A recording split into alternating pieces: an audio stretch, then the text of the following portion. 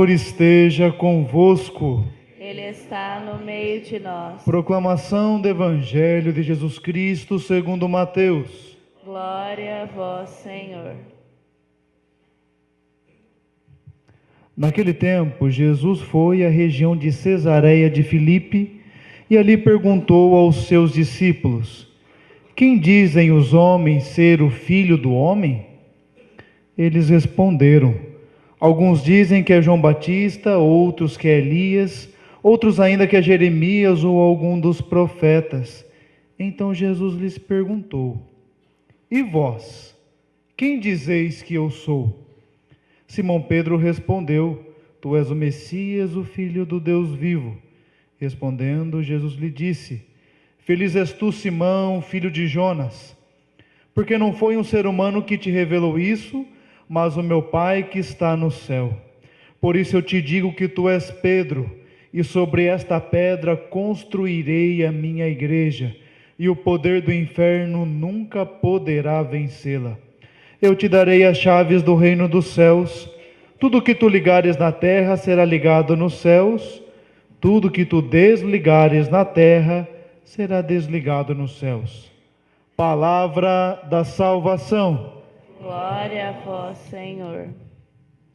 Sentamos um pouquinho, meus caros irmãos e irmãs. A liturgia desse final de semana nos coloca a solenidade de São Pedro, de São Paulo, e nos dá uma oportunidade preciosa de refletir sobre a nossa fé, sobre a nossa igreja, sobre as nossas respostas a Deus, sobre o seguimento, baseado principalmente no exemplo e no testemunho desses dois grandes apóstolos, pessoas diferentes que fizeram percursos diferentes. É muito interessante, digamos, o percurso, as respostas de Pedro, comparando com as respostas de Paulo, mas elas se completam.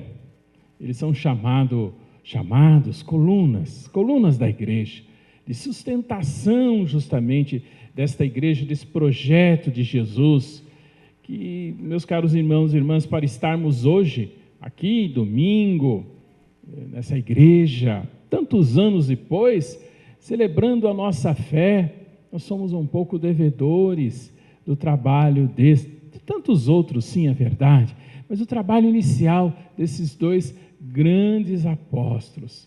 O Evangelho de hoje nos traz um questionamento. Jesus está perguntando para você, está perguntando para mim: quem sou eu para você?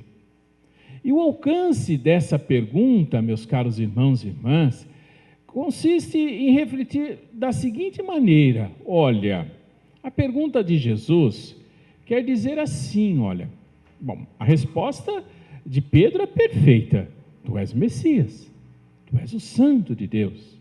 Nós poderíamos dar esta mesma resposta, se fosse uma prova, iríamos tirar 10. Mas a grande questão é justamente essa, o alcance dessa pergunta é justamente esse: o que significa para você professar que Jesus é o Senhor, que Jesus é o Messias? O que transforma, ou como a sua vida é transformada a partir justamente desta fé que nós professamos? A resposta, poderemos olhar um pouquinho o exemplo de Pedro e de Paulo, para compreendermos, meus caros irmãos e irmãs, o quanto na nossa vida nós somos chamados constantemente a dar passos, a crescermos nesse entendimento, a crescermos e vivenciarmos, meus caros irmãos e irmãs, nas nossas vidas, esta mesma fé que hoje professamos. A história de Pedro, a história de Paulo, belíssimas, né? Pedro é o chamado discípulo da primeira hora, estava ali logo no grupo inicial, ali dos 4 chamados por Jesus. É interessante que depois de todo um diálogo, a conclusão desse relacionamento, desse chamado, Jesus o chama para o seguimento. Olha, venham me seguir, e eu farei de vocês pescadores de homens. A resposta pronta ali, imediata. Mas naquele momento, Pedro, assim como os outros, eles teriam ainda um longo percurso, até compreender concretamente o que significa seguir Jesus. Interessante que o último diálogo de Jesus com Pedro, no Evangelho de João, o Evangelho de hoje seria o Evangelho da missa de véspera, conclui com Jesus chamando assim lá, se despedindo, dizendo assim para Pedro: segue-me. Ou seja, a palavra inicial, a palavra final é a mesma, seguir Jesus. A diferença, meus caros irmãos e irmãs, está na resposta, está no tempo, está no momento, está na circunstância, está na nossa história. As escolhas que nós vamos fazendo, que mostramos de fato que seguimos e queremos seguir Jesus. O percurso de Paulo, totalmente diferente do percurso de Pedro. Paulo, na verdade, ele não conheceu Jesus da mesma maneira como que os outros conheceram, ou seja, Jesus em vida. A experiência de Paulo já é com Cristo ressuscitado. A primeira experiência que Paulo teve com Jesus foi extremamente negativa. Como assim? Na verdade, Paulo conheceu os seguidores de Jesus, ele já conheceu os cristãos. E Paulo, uma pessoa estudada, conhecia profundamente a religião judaica, e para Paulo, a sua primeira interpretação, vamos chamar dessa maneira, é que aquele grupo de cristãos, que seguiam aquele tal de Jesus, eles eram, na verdade, profanadores da fé. Eles não observavam a lei judaica, muito pelo contrário, eles mudavam, profanavam. É por isso que, com todo o fervor de Paulo, ele se transformou num perseguidor de Jesus, perseguindo os cristãos. O que mudou na história de Paulo foi justamente a experiência pessoal, a grande descoberta. O Cristo, ou melhor, Jesus, o crucificado, é na verdade o Messias, é aquele que nos traz, que nos dá a salvação. E essa descoberta transformou totalmente a vida de Paulo.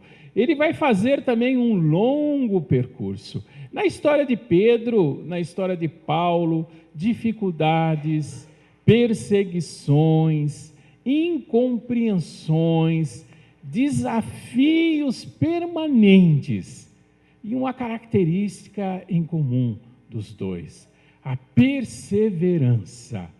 Por maior das dificuldades, maior ainda a determinação de estar com Deus. A primeira leitura de hoje nos dá um panorama um pouquinho das dificuldades que estão presentes até hoje para aquele que quer ser de Deus, para aquele que quer seguir Jesus Cristo. Coloca aí a prisão de Pedro. Qual que é o contexto? Jerusalém, um rei, Herodes, que não é o Herodes nem do nascimento de Jesus, nem o Herodes da época da morte de Jesus, é outro Herodes. Na verdade, é neto daquele primeiro. Parece que esse Herodes, ele tinha sido companheiro de farra de Calígula, que naquele momento era um imperador. E Calígula andou colocando os amigos dele em tudo quanto é lugar. E lá colocou o tal de Herodes, neto daquele outro, para ser o rei. É lógico, ele não era aceito pelos judeus. E aí, esperto, inteligente, ele percebeu que se ele fizesse algumas coisas, ele poderia agradar os judeus. E ele percebeu que se ele perseguisse os cristãos, ele ia cair no agrado, aquilo que ele queria, ser aceito como rei. Aí então diz aí o texto, ele mandou matar Tiago, aí ele viu que ele acertou. Nossa, como os judeus ficaram contentes. Pega o cabeça era o Pedro. Mas não mata agora não, vamos esperar, vamos ficar cozinhando, não é que o meu ibope cair, eu mato ele, mais ou menos assim. Ou seja, uma lógica perversa, é a lógica do mundo, muitas vezes é justamente essa. Tem os valores de Deus, tem os valores de Cristo, tem igreja, tem um segmento, existe a necessidade de uma determinação para estarmos com Deus. O mundo nos motiva justamente o contrário. Essa lógica de Herodes, ela está presente muitas vezes, em muitas circunstâncias do mundo de hoje. E muitas vezes quem está nessa situação somos nós, desafiados em tantas circunstâncias para que nós possamos perseverar. O exemplo de Paulo e de Pedro é a da superação. Interessante a comunidade unida. A comunidade unida lá no livro dos Atos, enquanto Pedro estava lá, o que se podiam fazer diante daquele exército? Nada. A gente pode fazer aquilo que a gente faz melhor, vamos rezar. Vamos permanecer unidos, determinados. Vamos superar em Deus, na fé. E o milagre acontece. É isso que coloca a leitura, né? Quando a comunidade, o próprio Pedro, ali sem saber a obra de Deus, o milagre de Deus, a transformação de Deus acontece. A história de Paulo, como eu disse, Paulo, quando ele escreve aí, pegando pelo texto, esse trecho da carta a Timóteo, Timóteo foi um colaborador de Paulo. Paulo está no finalzinho da sua vida, preso, tanto Pedro quanto Paulo foram levados por diversas circunstâncias diferentes, os dois acabaram em Roma, né?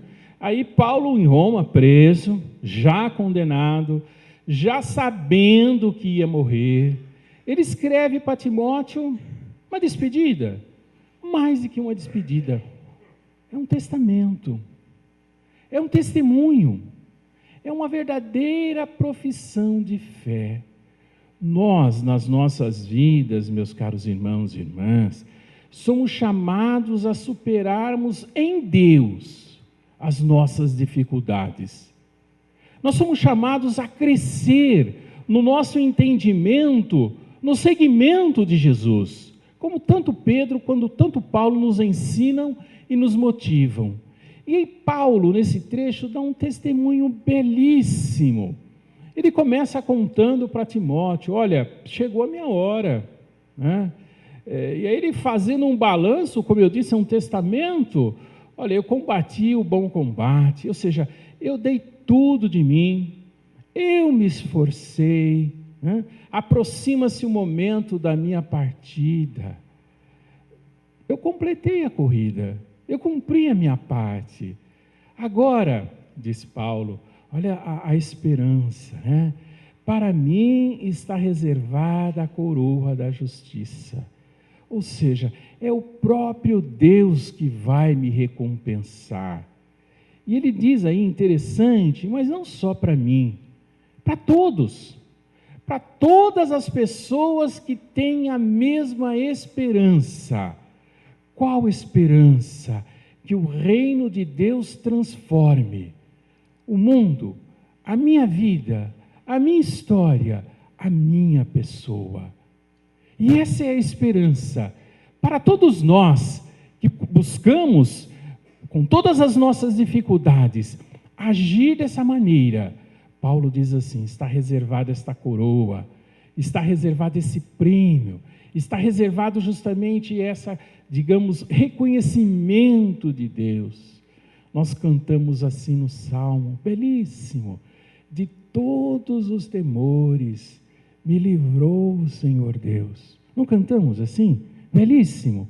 Aí Paulo conclui assim na leitura, ele vai ser morto, ele já sabe disso. E aí ele diz ali no texto, eu fui libertado da boca do leão. Ele vai ser comido por um leão. O que ele está falando? Até disso ele perdeu medo. Até de morrer, ele perdeu o medo. Até de ser comido pelo leão, ele perdeu o medo, porque ele tem fé. Ele acredita que o prêmio maior é a vida eterna. De todos os temores me livrou o Senhor Deus. Que nós possamos aprender, meus caros irmãos e irmãs, a superar as nossas dificuldades na fé. Como a comunidade primitiva, estarmos juntos, rezando, determinados, conscientes, buscando fazer o nosso caminho, o nosso percurso em Deus. E Ele possa nos livrar de todos os nossos temores e que possamos crer, professar, vivenciar que esse reino de Deus aconteça. Eu disse inicialmente do exemplo e de testemunho dos dois, Paulo chegou a essa concepção no final de sua vida.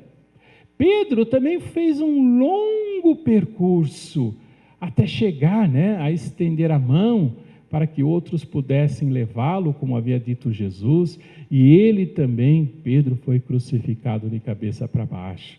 E ele pudesse dar a sua vida por aquele que ele tanto amou. Até chegar, meus caros irmãos e irmãs, como eu disse, um longo caminho. Então podemos ficar tranquilos. Podemos ficar tranquilos com as nossas dificuldades, com as nossas limitações. O que Deus quer de nós, uma mesma determinação, uma vontade de acertar, um desejo de agir retamente, que possamos ser assim, ao exemplo desses discípulos, ao exemplo desses apóstolos, na comunhão dos santos, no exemplo e na motivação de todas as pessoas que viveram a fé antes de nós e são um verdadeiro exemplo para as nossas vidas. Nós continuamos a missa no nosso folheto juntos.